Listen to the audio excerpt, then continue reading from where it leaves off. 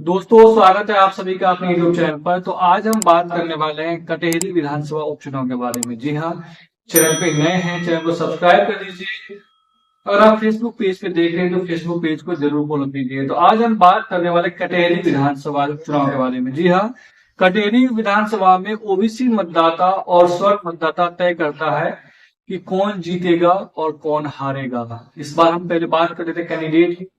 तो समाजवादी पार्टी की तरफ से श्रीमती यशोमती वर्मा चुनाव लड़ रही है, जबकि बीजेपी की तरफ से डॉक्टर धर्मराज निषाद यहाँ से चुनाव लड़ रहे हैं।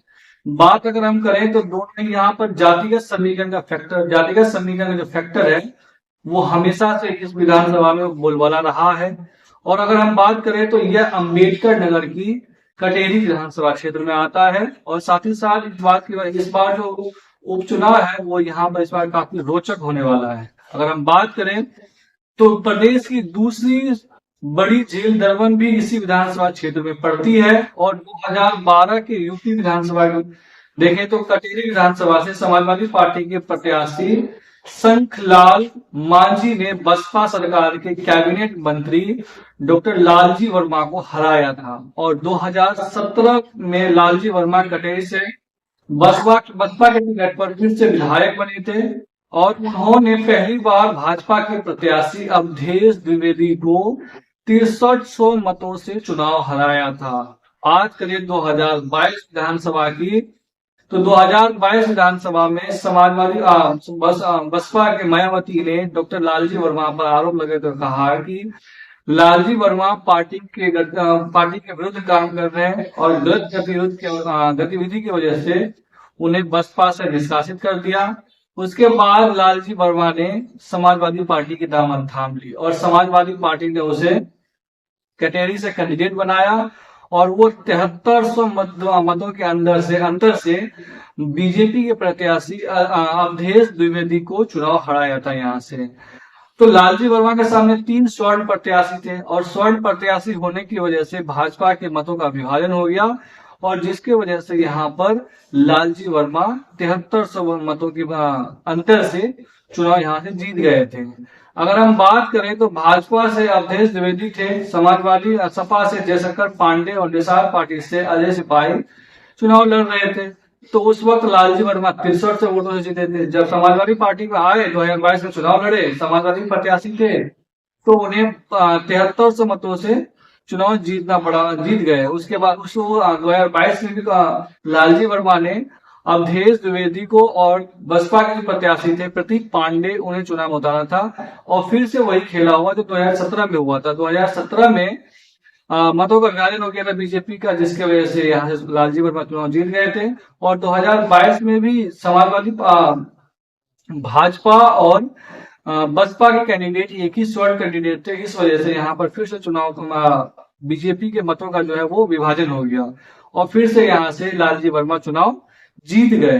अगर हम बात करें कटेहरी विधानसभा के मुद्दे की, तो यहाँ पर बेरोजगारी एक सबसे बड़ा मुद्दा है। साथ ही साथ इस क्षेत्र में रोजगार के साधन न होने के कारण जो बेरोजगार लोग हैं वो यहाँ से बाहर की ओर पलायन करते हैं। दूसरा सबसे बड़ा मुद्दा है कृषि। यहाँ के लोग कृषि पे ज्यादातर निर्भर है और सरयू नदी के किनारे पर स्थित होने के कारण कुछ क्षेत्र प्रति वर्ष बाढ़ से प्रभावित हो जाते हैं, जिसकी वजह से ये भी एक, उसके अलावा छुट्टा जानवर से भी लोग परेशान हैं। तो ये तमाम अहम मुद्दे हैं। बिजली, सड़क, पानी, ये भी एक मुद्दा है इस क्षेत्र में। और साथ ही साथ अगर हम बात करें कटेहरी विधानसभा में, तो सपा विधायक लालजी वर्मा अभी तो फिलहाल सांसद बन चुके हैं और उसी की वजह से ये सीट खाली हुई थी। इस वजह से यहाँ पर उपचुनाव हो रहे हैं। अब बात करें तो विधानसभा में सपा को कटेहरी में सबसे कम वोटों की बढ़त मिली थी। हालांकि यहाँ से लालजी वर्मा सांसद जरूर बने थे और वो यहाँ से विधायक भी थे, लेकिन अगर बात बढ़त की करें लोकसभा चुनाव में तो कटेहरी विधानसभा से बहुत कम बढ़त मिली थी, मामूली बढ़त मिली थी उन्हें। अब कटेहरी में जातिगत समीकरण जो है वो बनता है और बिगड़ता रहता है लगातार यहाँ पर।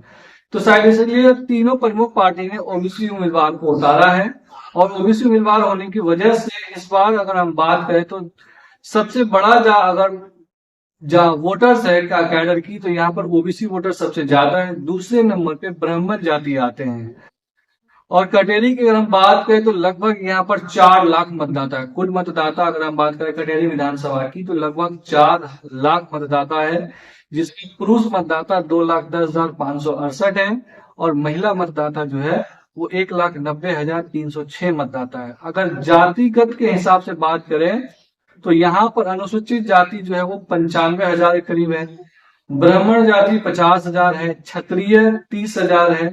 तो ब्राह्मण और क्षत्रिय जो बीजेपी का कोर वोटर माना जाता है।